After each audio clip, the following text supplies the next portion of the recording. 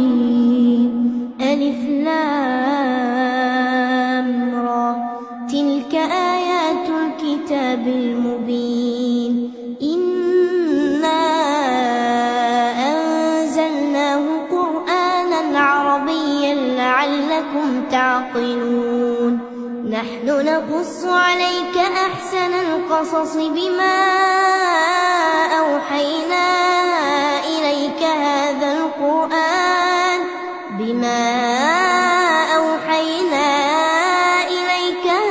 القرآن وإن كنت من قبله لمن الغافلين.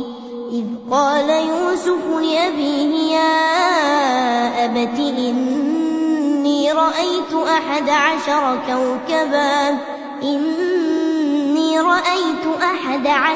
كوكبا والشمس والقمر رأيتهم لي ساجدين. قال يا بني لا تقصص رؤياك على إخوتك فيكيدوا لك كيدا إن الشيطان للإنسان عدو مبين. وكذلك يجتبيك ربك ويعلمك من تأويل الأحاديث ويتم نعمته عليك وعلى آل يعقوب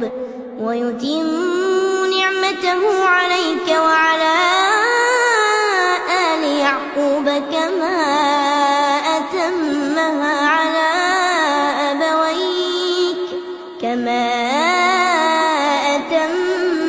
على أبويك من قبل إبراهيم وإسحاق إن ربك عليم حكيم. لقد كان في يوسف وإخوته آيات للسائلين إذ قالوا ليوسف وأخوه أحب إلى أبينا منا ونحن عصبة إن أبانا لفي ضلال مبين. اقتلوا يوسف أو اطرحوه أرضا يخل لكم وجه أبيكم وتكونوا من بعده قوما صالحين. قال قائل منهم لا تقتلوا يوسف وألقوه في غيابة الجب يلتقطه بعض السيارة إن كنتم فاعلين. قالوا يا أبانا ما لك لا تأمنا على يوسف وإنا له لناصحون. أرسله معنا غدا يرتع ويلعب وإنا له لحافظون. قال إني ليحزنني أن تذهبوا به وأخاف أن يأكله الذئب وأنتم عنه غافلون. قالوا لئن أكله الذئب ونحن عصبة إنا إذا لخاسرون. فلما ذهبوا به وأجمعوا أن يجعلوه في غيابة الجب وأوحينا إليه لتنبئنهم بأمرهم هذا وهم لا يشعرون. وجاءوا أباهم عشاء يبكون. قالوا يا أبانا إنا ذهبنا نستبق وتركنا يوسف عند متاعنا فأكله الذئب وما أنت بمؤمن لنا ولو كنا صادقين. وجاء قميصه بدم كذب قال بل سولت لكم أنفسكم أمرا فصبر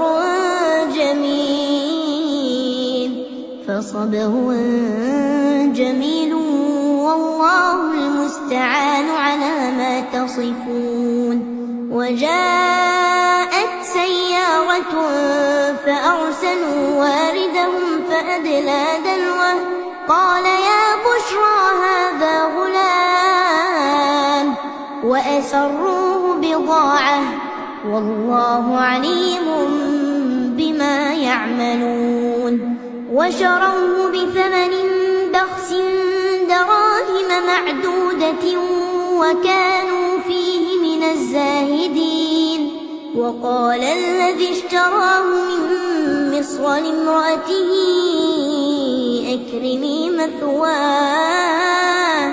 أكرمي مثواه عسى أن ينفعنا أو نتخذه ولدا وكذلك مكنا ليوسف في الأرض ولنعلمه من تأويل الأحاديث والله غالب على أمره ولكن أكثر الناس لا يعلمون. ولما بلغ أشده آتيناه حكما وعلما وكذلك نجزي المحسنين. وراودته التي هو في بيتها عن نفسه وغلقت الأبواب وقالت هيت لك قال معاذ الله إنه ربي أحسن مثواي إنه لا يفلح الظالمون. ولقد همت به وهم بها لولا أن رأى برهان ربه كذلك لنصرف عنه السوء والفحشاء إنه من عبادنا المخلصين. واستبق الباب وقدت قميصه من دبر وألف يا سيدها لدى الباب قالت ما جزاء من أراد بأهلك سوءا إلا أن يسجن أو عذاب أليم. قال هي راودتني عن نفسي وشهد شاهد من أهلها إن كان قميصه قد من قبل فصدقت وهو من الكاذبين وإن كان قميصه قد من دبر فكذبت وهو من الصادقين. فلما رأى قميصه قد من دبر قال إنه من كيدكن إن كيدكن عظيم. يوسف أعرض عن هذا واستغفري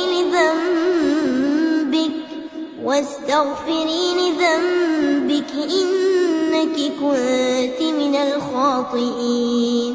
وقال نسوة في المدينة امرأة العزيز تراود فتاها عن نفسه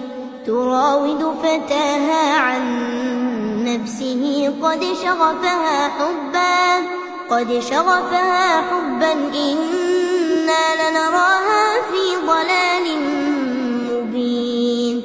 فلما سمعت بمكرهن أرسلت إليهن وأعتدت لهن متكئا وآتت كل واحدة منهن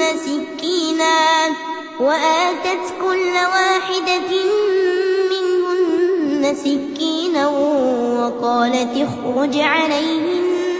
فلما رأينه أكبرنه وقطعن أيديهن وقطعن أيديهن وقلن حاش لله ما هذا بشرا إن هذا إلا ملك كريم. قالت فذلكن الذي لمتنني فيه ولقد راودته عن نفسه فاستعصم ولئن لم يفعل ما آمره ليسجنن وليكون من الصاغرين. قال رب السجن أحب إلي مما يدعونني إليه وإلا تصرف عني كيدهن أصب إليهن وأكن من الجاهلين. فاستجاب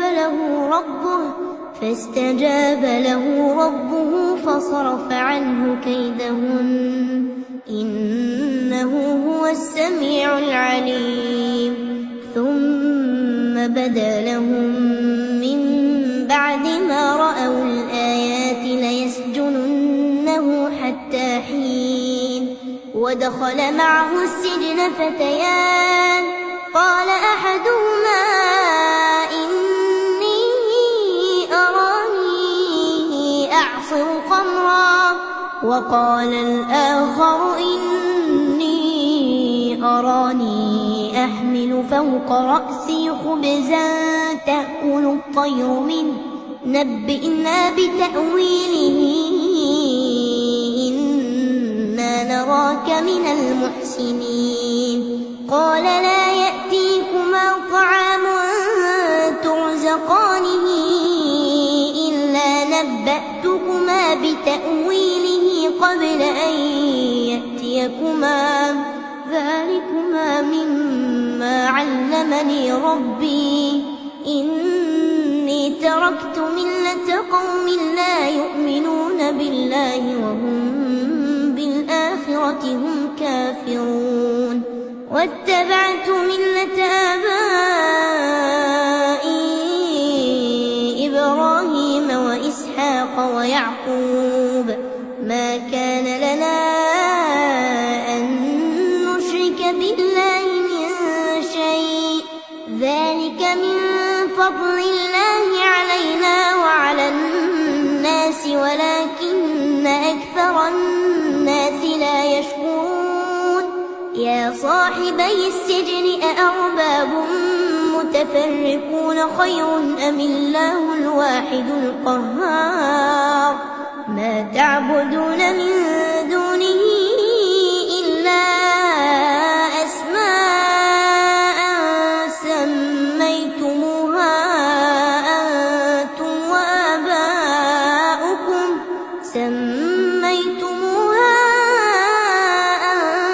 وآباؤكم ما أنزل الله بها من سلطان إن الحكم إلا لله أمر ألا تعبدوا إلا إياه ذلك الدين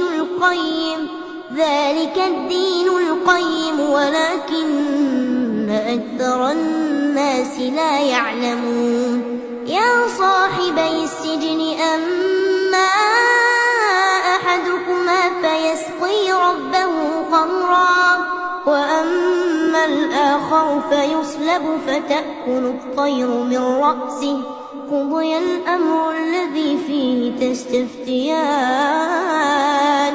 وقال للذي ظن أنه ناج منهما اذكرني عند ربك فأنساه الشيطان ذكر ربه فلبث في السجن بضع سنين. وقال الملك إني أرى 7 بقرات سمان يأكلهن 7 عجاف و7 سنبلات خضر وأخر يابسات. يا أيها الملأ أفتوني في رؤيا يلعبون قالوا أضغاث أحلام وما نحن بتأويل الأحلام بعالمين وقال الذي نجا منهما وادكر بعد أمة أنا أنبئكم بتأويله فأرسلون يوسف أيها الصديق أفتنا في 7 بقرات سمان يأكلهن 7 عجاف و7 سنبلات خضر وأخر يابسات لعلي أرجع إلى الناس لعلهم يعلمون قال تزرعون 7 سنين دأبا فما حصدتم فذروه في سنبله إلا قليلا مما تأكلون ثم يأتي من بعد ذلك 7 شداد يأكلن ما قدمتم لهن إلا قليلا مما تحصنون ثم يأتي من بعد ذلك عام فيه يغاث الناس وفيه يعصرون وقال الملك ائتوني به فلما جاءه الرسول قال ارجع إلى ربك فاسأله ما بال النسوة اللاتي قطعن أيديهن إن ربي بكيدهن عليم قال ما خطبكن إذ راوتن يوسف عن نفسه قلنا حاش لله ما علمنا عليه من سوء قالت امرأة العزيز الآن حصحص الحق أنا راودته عن نفسه وإنه لمن الصادقين ذلك ليعلم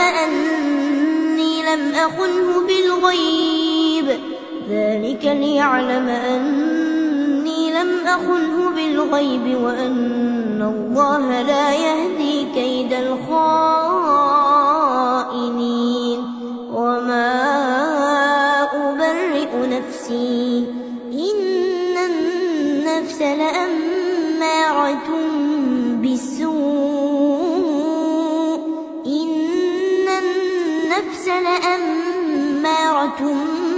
بالسوء إلا ما رحم ربي إن ربي غفور رحيم وقال الملك ائتوني به أستخلصه لنفسي فلما كلمه قال إنك اليوم لدينا مكين أمين قال اجعلني على خزائن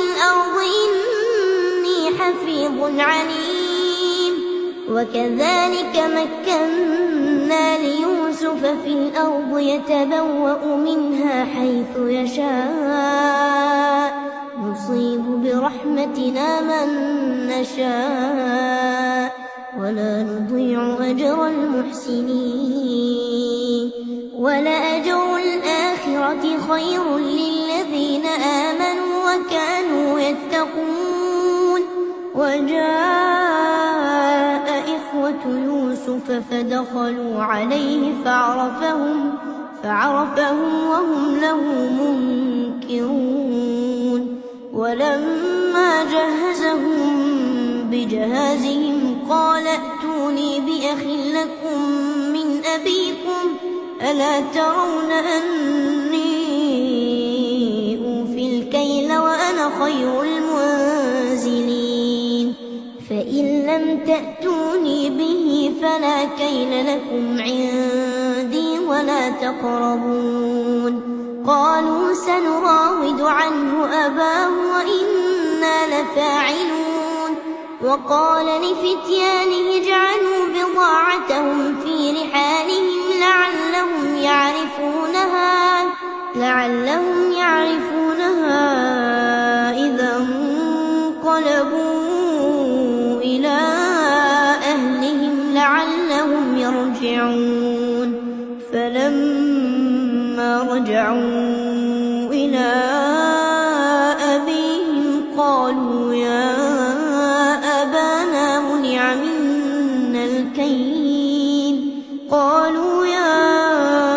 أبانا منع منا الكيل فأرسل معنا أخانا نكتل وإنا له لحافظون قال هل آمنكم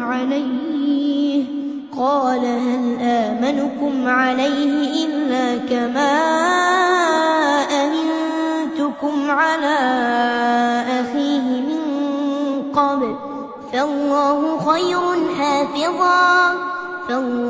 خير حافظا وهو أرحم الراحمين ولما فتحوا متاعهم وجدوا بضاعتهم ردت إليهم قالوا يا أبانا ما نبغي هذه بضاعتنا ردت إلينا ونمير أهلنا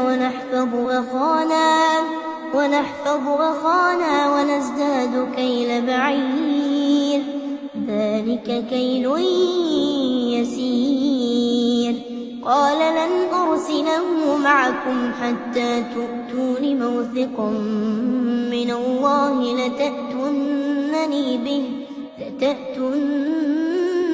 به إلا أن يحاط بكم فلما آتوا موثقهم قال الله على ما نقول وكيل وقال يا بني لا تدخلوا من باب واحد وادخلوا من أبواب متفرقة وما أغني عنكم من الله من شيء إن الحكم إلا لله عليه توكلت وعليه فليتوكل المتوكلون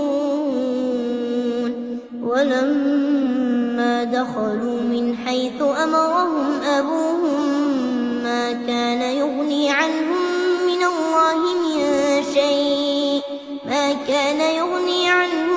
من الله من شيء إلا حاجة في نفس يعقوب قضاها وإنه لذو علم لما علمناه ولكن أكثر الناس لا يعلمون ولما دخلوا على يوسف آوى إليه أخاه